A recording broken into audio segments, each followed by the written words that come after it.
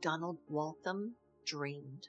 He reclined in the driver's seat of his government-issued car, mouth ajar, dozing on stained upholstery amid the stale smell of fast food wrappers and the frustrated aspirations of low-level bureaucracy.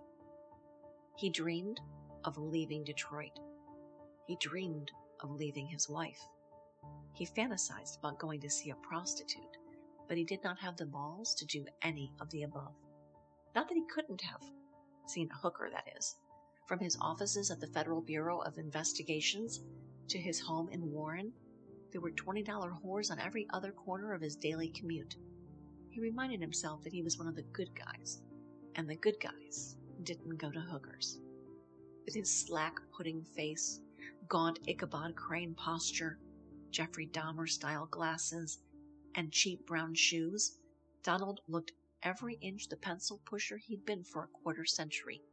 You could tell just by looking at the man that his wife never lost the weight after the kids, and she made her husband drive a minivan when he returned home from work. You knew he was a nothing to the people who should matter most. But right now, he felt like a king. Donald was inches away from the biggest win in his 27-year career, chasing the bad guys. His eyes were on the prize. He was born in 1940, the younger of two boys. His older brother was 6 years his senior, and when Donald was 13, Frankie went into the army and overseas to Korea. Donald looked up to Frankie, even though Frankie didn't give a crap about his kid brother. Donald graduated high school in '59 and enrolled at vocational school to train as a radio technician. He was pretty good. He had a girlfriend, although he wasn't motivated to do more than heavy petting with her. He wasn't gay or anything. He just did not want to get saddled with a kid at that age. Frankie got some girl pregnant while he was home on leave. The kid had Down syndrome and wore a helmet all day. Frankie got discharged and drank lots of beer those days to pretend everything was all right. When Kennedy was killed, Donald decided to join the army. Frankie warned his brother to wise up, that the army could care less about white trash kids like them. Donald thought Frankie was jealous because he had been forced to leave the service and marry that rat-faced Louise girl. Frankie had a stupid job selling furniture and wishing he'd stayed single and in the service, like Donald. Of course, Donald was shipped to Vietnam straight out of boot camp. Thankfully, with his radio training, he landed a non-combat position and spent most of his wartime experience in a sterile office in Nha Trang. He earned no serious commendations during his service. There was no bravery to brag about over root beers with the other guys, but he worked hard and saved his money and wrote to his current girl back home twice a month. Her name was Ruby, and she flew to Honolulu to visit him during R&R. She put the pressure on Donald to slip a ring on her finger all that week. It was August of 1965. She was 23, her younger sister just got married, and Ruby was not happy about that. The pressure had the opposite effect. He turned her down and returned to his duties with a hot Waikiki sunburn and the cool feeling that he dodged a bullet. During the Tet Offensive, he was safely in San Diego for training. He got discharged from the service a year later and took a job in Columbus, Ohio, as a cop. That's when he found out that his brother Frankie was a bookie. 5 times he arrested his older brother, including once in the company of 3 shitty black drug dealers.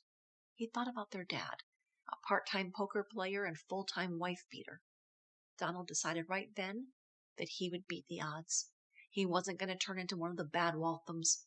He wanted to stay straight. He started gunning for the lowlifes from that point on. He entertained wild fantasies about rounding up all the criminals, starting with his derelict brother. Instead, Frankie was shot by a teenage J.D. trying to buy odds on a Buffalo Bills game. Frankie survived but was wounded in the neck and head. Talk about odds. He spent the rest of his life in diapers, no better off than his kid. Donald had a new girlfriend, Melinda, who was 19. She wore a lot of pink and had never smoked pot or even a cigarette. He gave her a sweetheart ring on her birthday and proposed to her 6 months later at Christmas. They married the following summer at her family's church with a few friends to celebrate. The reception was in the church basement. Melinda conceived right away but miscarried, so they waited 2 years before trying again. Their eldest, Donald Jr., or Donnie as he was called, was a troublesome, rambunctious kid, probably hyperactive.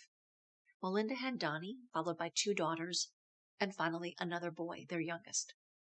Meanwhile, Donald advanced from cop on the beat to detective, and in 1977 accepted his first position with the FBI.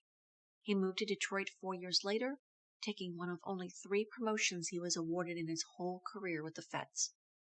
By that point, Melinda had changed, and his kids hated their dad, and Donald worked in a cubicle and carried a battered briefcase that he never tidied up, and wore the same damn trench coat for decades. But all during his tenure with the FBI, he kept his eye on one very particular prize. Everyone said it was a pipe dream. All of his supervisors thought Donald was loco, that there was nothing to get. All the other agents laughed and called him names, or so he was convinced. But when he got his hands on the autopsy report and saw the bank statements and travel vouchers, he was sure he'd found something tangible. He found his smoking gun, and all he needed was someone on the inside to spill the beans and tie it all together. Now, Donald had that too.